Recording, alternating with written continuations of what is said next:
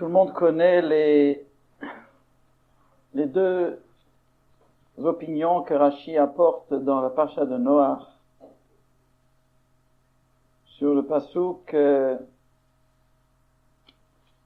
Noach ish tzadik tamim haya bedorotav et Elokim italech Noach. Rashi nous dit là-dessus, bedorotav, c'était un tzaddik dans sa génération. Yesh meraboteinu dorshim oto lesheva.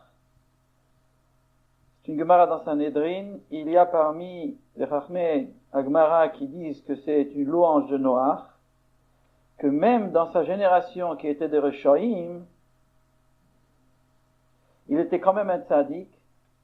Même dans le Dor HaMabul, il était un tzaddik. Kal vachomer, she'ilu haya bedor tzaddikim haya tzaddik yoter. S'il était dans une génération de tzaddikim, il aurait été encore un plus grand tzaddik. V'yesh shedorshim oto lignai. Il y en a qui l'expliquent pour le gnai, pour la honte de Noach. Le fi doro haya tzaddik, v'ilu haya bedoro shel Avraham, lo haya nershav leklum. Dans sa génération qui était des grands Reshoïm, il était considéré comme un tzaddik, mais s'il était dans la génération de Abraham, il n'aurait pas été compté comme un tzaddik. Il aurait été considéré comme rien. Sur ces deux opinions, naturellement, il y a le pshat, c'est que les deux opinions diffèrent sur la madrega de Noach. C'est une question de comparaison, de relativité. D'après la première opinion, il était un tzaddik, il n'y a rien à dire. Et même s'il était dans la génération d'Abraham Avinu, il aurait été encore un plus grand tzaddik. Et d'après la deuxième opinion, dans la génération d'Abraham Avinu, il aurait été considéré comme rien. Dans quoi discute-t-il? Quelle est la discussion entre les deux opinions? Est-ce que c'est une discussion dans la madriga de Noach? C'est-à-dire que Noach, d'après la première opinion, Noach avait, disons, 80% de tzidkout sur 100. Comme on donne une note à un élève, on lui donne 9 sur 10, par exemple. Et d'après la deuxième opinion, il n'avait que 4 sur 10. Moins que la moyenne. Seulement par rapport à ses contemporains, il était considéré, même 4%, eux qui avaient au-dessous de 0, il était encore considéré comme un tzaddik. Mais le Madrigat Adam et Rabbi Dessler aussi expliquent tous les deux que ce n'est pas une dispute sur la Madriga même de Noach. Tous sont d'accord que Noach c'était un tzaddik. Tzaddik tamim.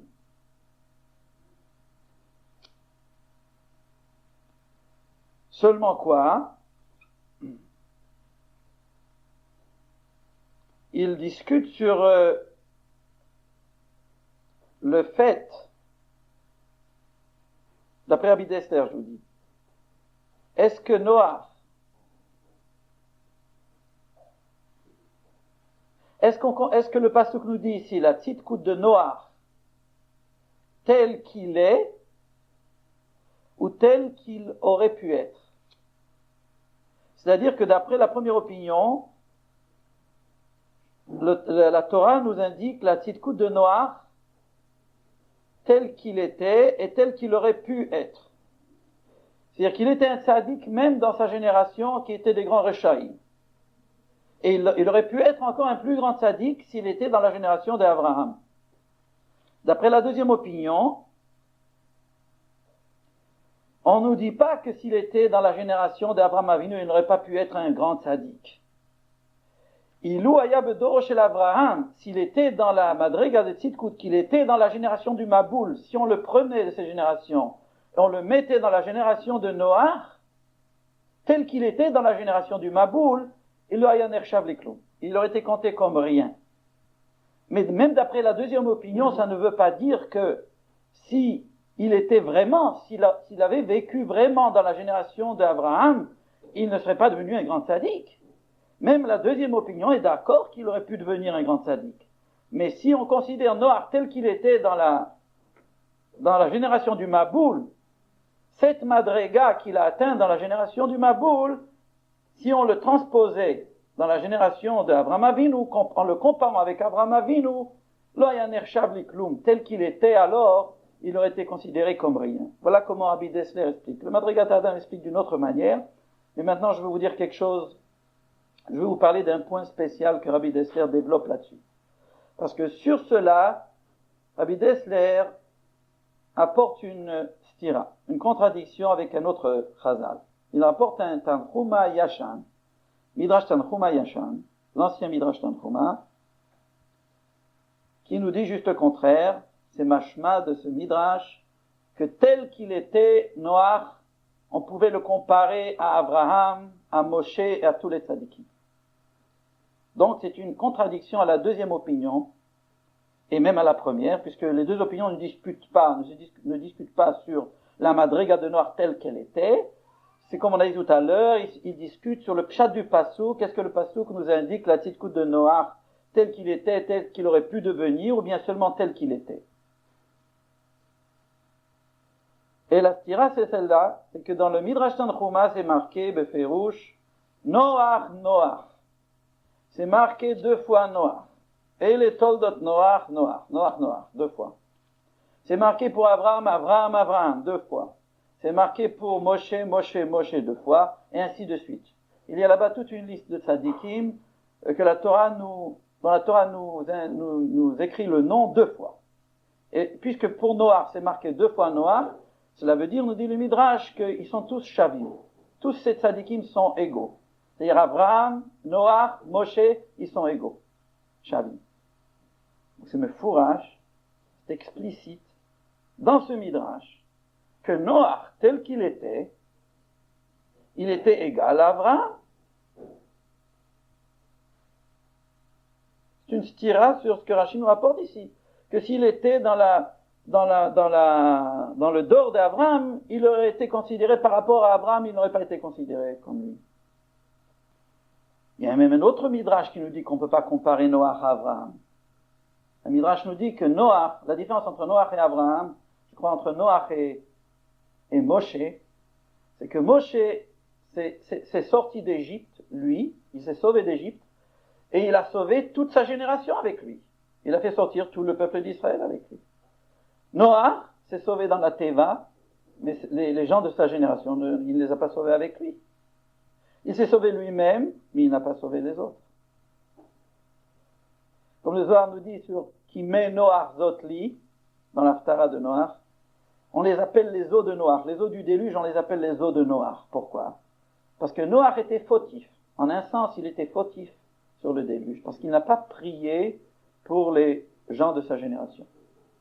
Sa tzidkout lui a servi pour se sauver lui-même, mais elle n'était pas suffisante pour sauver les autres. Donc nous voyons très bien qu'on ne peut pas comparer Noach à Moshe. Puis ce Rashi-là, Tzadik Ayabedorotav, il était tzadik dans sa génération, seulement dans sa génération, mais s'il était dans la génération d'Abraham, là il y a un Ershav Likloum. Et même d'après la première opinion que Rashi nous rapporte, on dit que s'il était dans la génération d'Abraham, il aurait pu devenir un plus grand tzaddik. Aya tzaddik yoter. Mais maintenant, tel qu'il était, il est aussi d'accord qu'il n'était pas aussi grand tzaddik qu'Abraham. Le Rabbi Dessler répond là-dessus quelque chose d'un peu profond, comme Darko Bakodesh, comme son habitude. Il nous dit qu'il y a 2 sortes de tzidkout. Il y a une tzidkout d'après le mazal, il y a une tzidkout, le mala mina mazal. Qu'est-ce que cela veut dire? Nous voyons dans la sidra de cette semaine, dans la semaine prochaine, dans l'Ech Lecha, Vesara yeshet Avram lo yalda lo, Sarai n'avait pas d'enfant, Vela shifra mitri tushmaraga. Après cela, Donc nous savons qu'Abraham, lorsqu'il était appelé Avram, sans Hé, n'avait pas d'enfant. Sarai, avec un Yud, n'avait pas d'enfant non plus. Par la suite, Vayomer Elokim el Avraham. Sarai ishtecha lo tikra et shma Sarai ki Sara shema.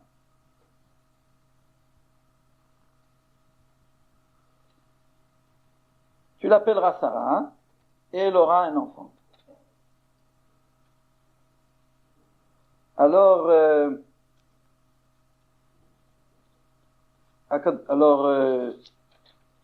Abraham Avinu, attendez. Comment est-ce qu'Abraham n'avait pas d'enfant? Rashi nous apporte que le mazal d'Abraham, c'était de ne pas avoir d'enfant. Akadosh Baruch Hu l'a fait sortir dehors. Il lui dit à Betna Shamaima, regarde les étoiles. Et comme on regarde les étoiles de haut en bas, c'est-à-dire qu'Akadosh Baruch Hu a fait monter Abraham plus haut que les étoiles. Et il lui a dit, toi tu es plus haut que ton mazal. Sors de ton mazal, de ta destinée. D'après ton mazal, tu étais appelé Abraham. Ton mazal ne te permettait pas d'avoir d'enfant. Maintenant, je te sors de ton mazal, tu es appelé Abraham, et tu auras des enfants.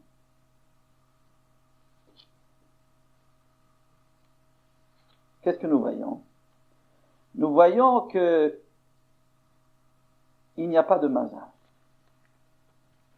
C'est-à-dire, pour nous les Juifs, l'avdil entre les Goïm et les Juifs, c'est que pour les Goïm, Akadosh Baruch Hu il est mitnaheg avec eux b'derech hateva. Il y a un teva, il y a une question de règles, de lois naturelles qui commandent telle ou telle chose. Et ces lois ne sont pas seulement des lois physiques, mais ce sont aussi des lois célestes.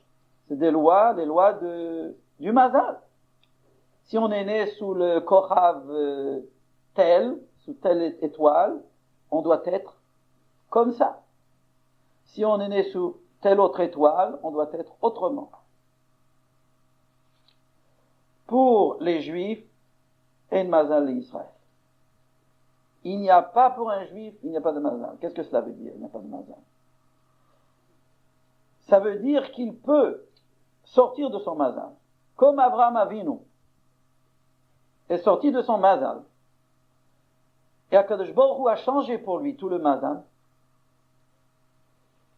Il a pu lui donner des enfants, alors qu'il était déjà trop vieux pour en avoir. D'abord, il ne pouvait pas en avoir à cause de son mazal, et ensuite parce qu'il était vieux. La même chose pour Sarah.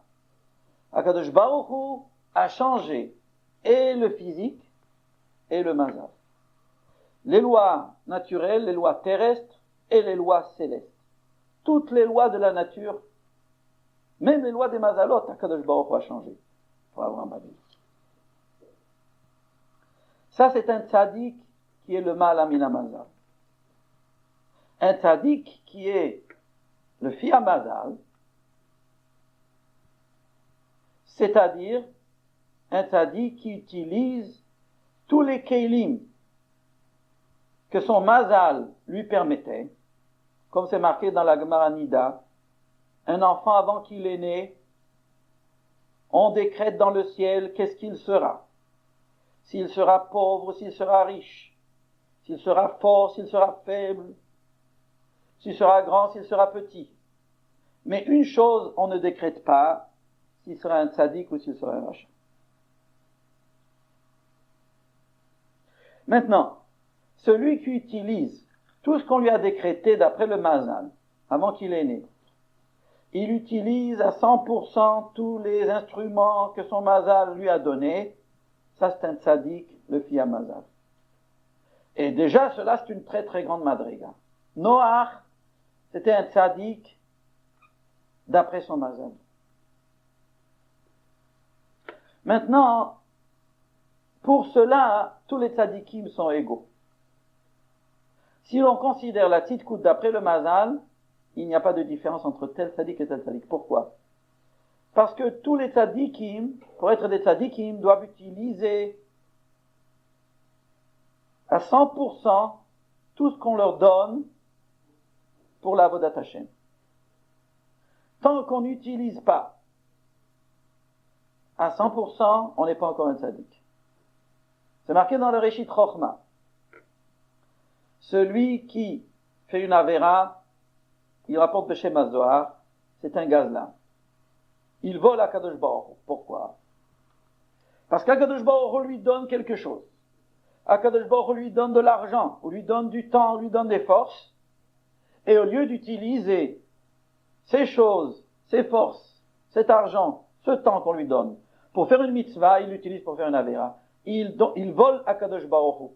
Akadosh Baruch Hu lui a donné quelque chose pour faire son tzivouï, pour faire son commandement, et lui, il le fait pour faire son ratzon, pour faire sa volonté à lui, son désir propre. C'est un gazan, c'est un voleur.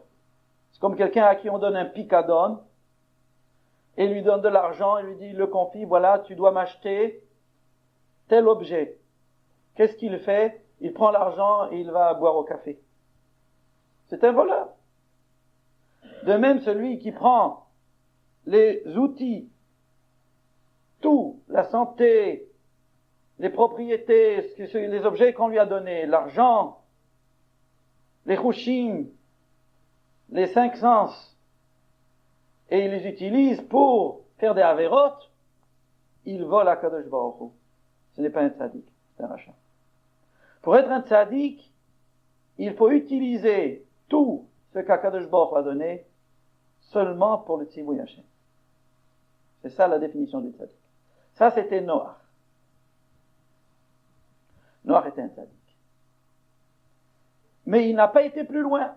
C'est-à-dire, il n'a pas fait quelque chose qui puisse ajouter sur le mazal. Par exemple, si d'après le mazal de Noach, il devait avoir 3 enfants, Shem, Ham et Yafet, il les a eus, ces 3 enfants.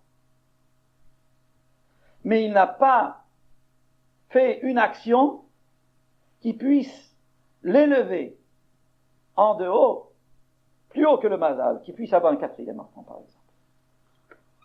Il était un tzaddik d'après le mazal. Et d'après le mazal, tous les tzaddikim sont égaux. Parce que tous, ils ont 100%. On ne peut pas avoir 90%. Si un tzaddik a 90%, ce n'est pas un tzaddik. Donc lorsqu'on dit Noach, Noach, Moshe, Moshe, Abraham, Abraham, ils étaient tous égaux. Ils étaient tous égaux, cela veut dire, du point de vue mazal, ils étaient tous égaux. Mais le deuxième midrash que nous avons lu là, je veux dire le premier, qui nous dit que Noach n'était pas comparable à Abraham, c'est parce qu'Abraham ne s'est pas contenté d'être un tzaddik d'après le mazal. Abraham Avinu a été plus haut que le mazal. On l'a élevé au-dessus du mazal. Il aurait pu très bien rester un tzaddik sans avoir d'enfant, Abraham Avinu.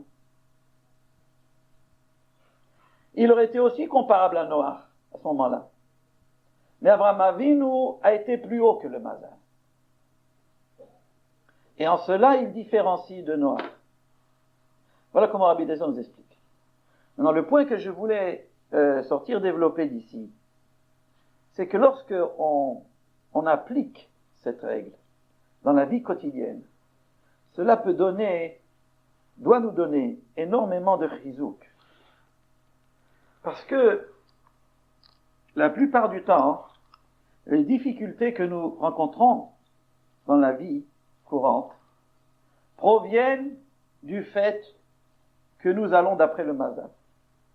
Nous allons d'après la nature, d'après le teva. Par exemple, nous voyons quelqu'un on peut prendre plusieurs exemples, quelqu'un qui est très fatigué, par exemple, prenons. Et cette personne a la possibilité de faire une mitzvah. Alors automatiquement elle pense, comment? Oh, je suis très fatigué, si je vais maintenant commencer à courir à droite à gauche pour faire cette mitzvah, je vais encore plus me fatiguer. Je n'ai pas la force, alors elle est mitkaeshet. Elle se désespère de faire la mitzvah. Sur quoi cette personne a-t-elle bâti sa décision? Sur le teva. Le teva dit que si vous êtes fatigué, reposez-vous. Ce n'est pas en se fatiguant encore plus qu'on peut avoir des forces. Ça, c'est le teva. Mais le mal amina teva, lorsqu'on considère le mal amina mazal, le mal amina teva, cela veut dire que on doit tout de suite comprendre que celui qui donne les forces, notein la yoef koach, Akadosh Baruch Hu, peut donner des forces à celui qui est fatigué. Et si c'est Akadosh Baruch Hu qui donne des forces, on ne peut pas aller d'après le teva. On ne peut pas dire, si je vais faire une mitzvah, je vais encore me fatiguer encore plus.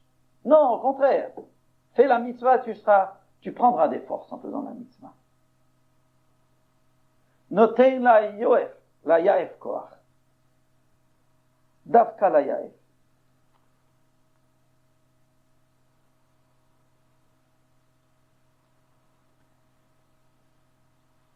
Prenons l'exemple de quelqu'un qui est en difficulté financière. Alors elle dit, je n'ai pas d'argent, j'arrive pas à terminer le mois. Et quelqu'un vient demander l'argent pour une tzedaka, pour une yeshiva. Comment je vais donner de l'argent à tzedaka? Le teva nous dit, t'as pas d'argent, ne donne pas. Économise. Le mal amina teva nous dit, non, tu n'as pas d'argent. C'est une gemara meforeshet. Celui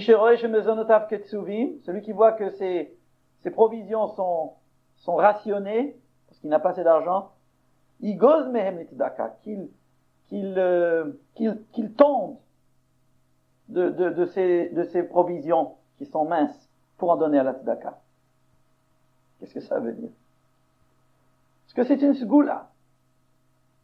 Le teva nous dit, tu n'as pas d'argent, ne donne pas.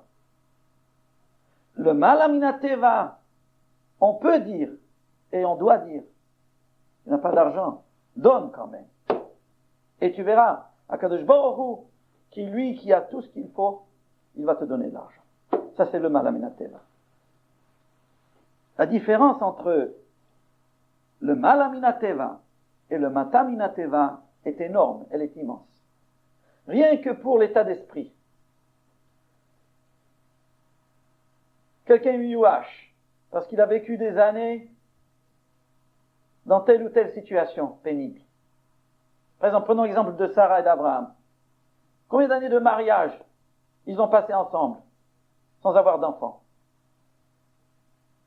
Certainement, je ne sais pas, peut-être 80 ans.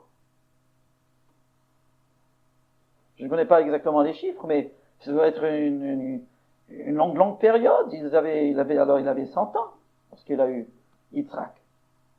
Pourquoi il n'a pas été Mityaesh? Pourquoi il n'a pas divorcé? Pourquoi il n'a pas désespéré Abraham?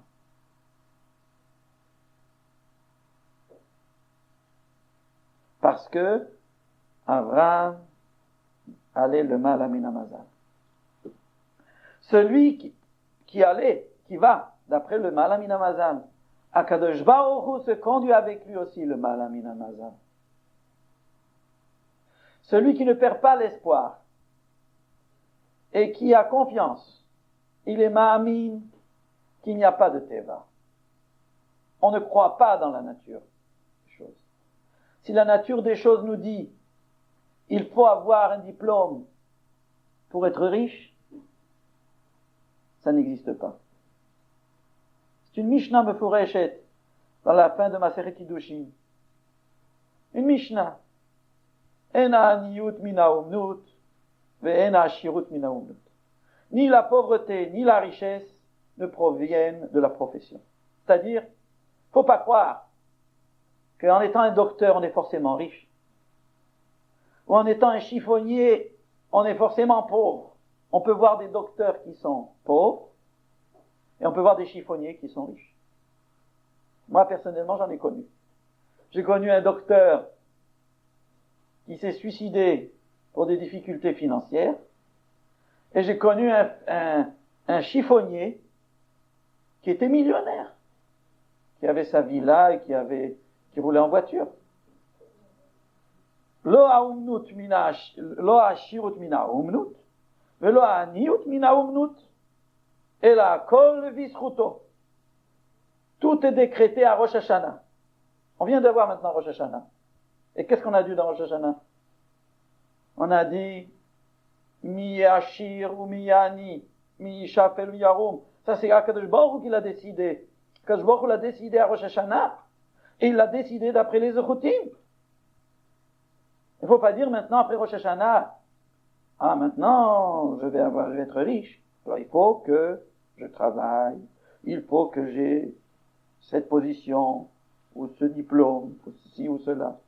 Mais tu viens de dire à Rosh Hashanah, dans le Tanet Tokef, tu viens de dire que c'est dans Rosh Hashanah que tout a été fixé. Mais surtout, le limoud qu'on prend ici, c'est de ne pas être mityaesh. Que dans la Torah, dans le judaïsme, chez nous, la émouna nous permet, cette émouna, est une émouna le mala minateva. Elle nous permet d'avoir toujours confiance, d'avoir toujours la émouna, la simcha, que jamais la partie n'est perdue. Nous ne perdons jamais. Nous ne pouvons jamais perdre une situation. Toujours nous pouvons avoir recours. Il suffit de lever les yeux. Il suffit de réfléchir un petit peu, de faire Kriyat Shema Bekavana, de faire une Tfila Bekavana. Et tout de suite, Akadosh Baruch Hu nous monte au-dessus du Olam Hazeh, jusqu'au ciel, au-dessus du ciel, au-dessus des Mazalot. Il nous dit, Fe'elach mitagninut shelach. Sors de ton Mazal. Il n'y a pas de Mazal. Tout dépend de nous. Dans quelle position nous nous mettons? Dans quelle pensée? Dans quelle marchava? Si nous commençons nous-mêmes à nous élever, nous-mêmes nous levons les yeux, comme c'est marqué dans la Mishnah dans Rosh Hashanah. Bizman chez Israël mistaklim klape mala.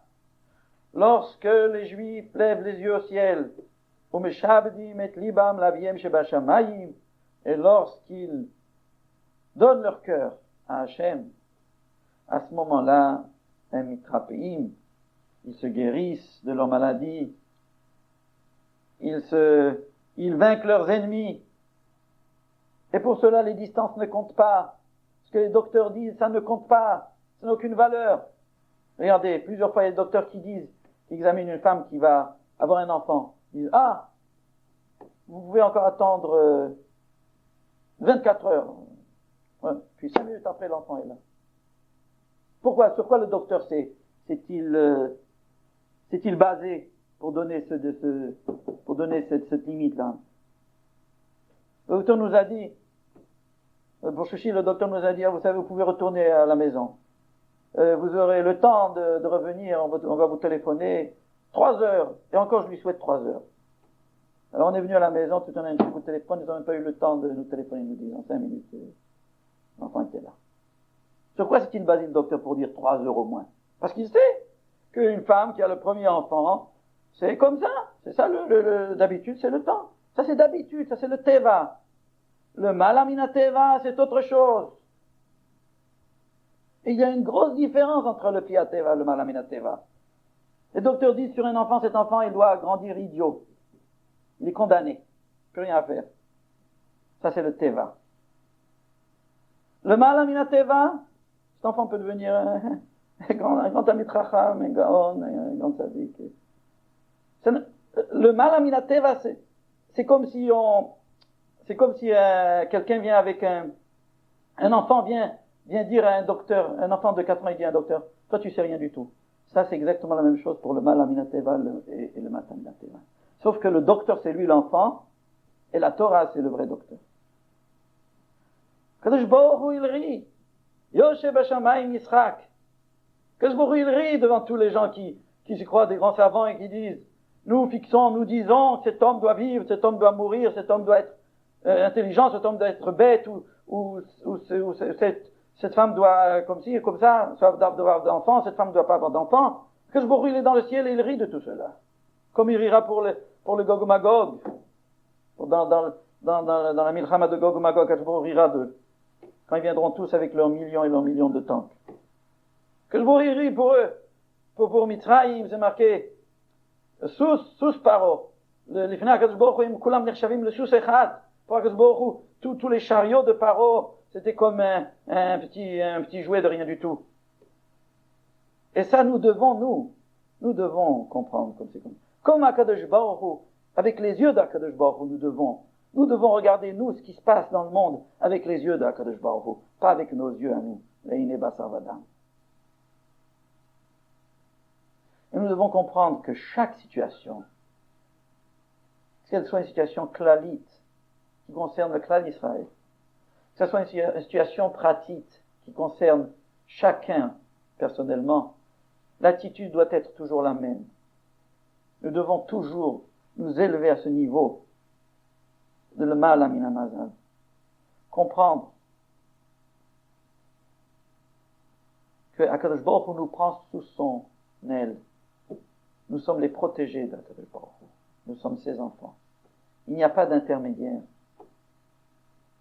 Alors nous bénéficions d'une situation privilégiée par rapport à Akadosh Baruch Hu. Nous sommes gâtés par lui. Il suffit de le croire. Il suffit de le penser pour l'être. Naturellement, puisque ce soir nous faisons une petite fête pour Israël Meir. Il y a des gens qui discutent qu'est-ce qui se passe, qu'est-ce qui est arrivé, est-ce que c'est le patterning, est-ce que ce n'est pas le patterning qui... Moi, j'ai dit une chose. C'est que s'il y a Baruch Hashem chez nous, des femmes, des Nashim Tzidkaniyot, qui sont doagot, chacune pour l'autre, et qui sont mishtatfot, qui s'associent avec Messirut Nefesh, bien que chacune est occupée, Ben Porat Yosef, avec une famille nombreuse, et elle trouve à se sacrifier pour voler du temps et des forces, pour venir s'associer avec Madame Chili. Je dis que, en laissant le patterning et en laissant toute la philosophie de cette technique, le fait même qu'on vienne et qu'on s'associe, et en faisant ces gestes, et en faisant dans chaque geste, il y a un morceau de cœur qui va avec. C'est une tefila, ça j'en suis sûr et certain. Il n'y a pas que le geste, un geste d'automate. Il y a le cœur qui va avec le geste. Et c'est surtout cela qui est. Voilà comment je pense. Et c'est pas difficile à le croire. Lorsqu'on entend que Baruch Hashem, il y a encore chez nous, et dans notre époque, il y a encore un tzaddik comme Baba Sali, qui avec un peu de Maria, qui fait une bracha dessus, il peut guérir, il peut faire des moftim, il peut faire des miracles. Alors, qu'est-ce qu'on a encore à douter? Nous voyons Bechouch, nous voyons déjà plusieurs fois, moi je l'ai vu de mes propres yeux, comment encore nous avons aujourd'hui dans notre époque un tzaddik comme ça, tzaddik gozer v'akadosh baruch hu mekayem. Alors pourquoi est-ce que chacun, on va pas dire qu'on peut se comparer à ce tzaddik, mais pourquoi pas? Alte birkat ediot kala beinecha, la Gemara nous dit. Il n'y a pas une tfila chez Choseret Rekam, il n'y a pas une prière, il n'y a pas un hirut tshuva, il n'y a pas un chizouk, il n'y a pas un peu de bonne pensée qu'Akadosh Baruch Hu rejette. Ça n'existe pas. Ki ata shomea tfilat kolpe. Tu écoutes la prière de toutes les bouches. Même la prière des Rechaim. C'est marqué dans un pasouk. Même la prière des Racha. Si le Racha, il se reprend, s'il commence à être Mehahar Betshuva, à commencer à réfléchir dans la Emouna, Akadosh Baruch Hu accepte cette prière aussi. Il n'y a pas de B'di'evet.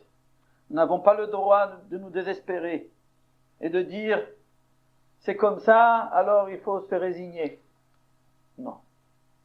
Chaque minute de la journée, chaque journée, nous devons recommencer le matin en nous levant du lit avec un nouveau courage. Cette journée ne va pas être comme les autres. Cette journée, Bezrat Hashem, je vais bien faire les tfilot de Kavana, je vais bien m'occuper de mes enfants, je vais apprendre avec mon enfant un peu de Chumash, un peu de Chapin, lire des Teilim avec lui. On n'a pas le droit de se conduire comme nous nous sommes conduits il y a des années, des semaines les unes après les autres. Ça, c'est une conduite de désespoir.